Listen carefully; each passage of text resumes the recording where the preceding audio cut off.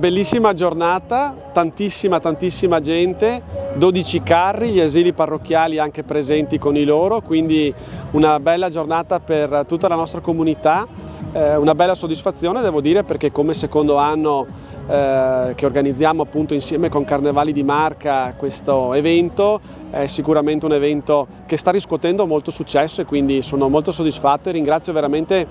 tutti, dalla Protezione Civile, alla Polizia Locale, alla Proloco di Soligo, per l'organizzazione anche a livello logistico soprattutto, quindi grazie veramente di cuore e arrivederci al prossimo anno con la terza sfilata dei carri mascherati di Soligo. Una splendida giornata oggi per questa sfilata, che è la seconda edizione organizzata da Carnevali di Marca in collaborazione con l'amministrazione comunale e anche la Proloco. Abbiamo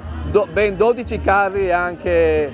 tre gruppi a piedi, che sono 3 scuole dell'infanzia cittadine, quindi una bella sfilata con 15 tra carri e gruppi, quindi vi aspettiamo qui a Soligo e mi raccomando numerosi da produrre i carri in questa splendida sfilata.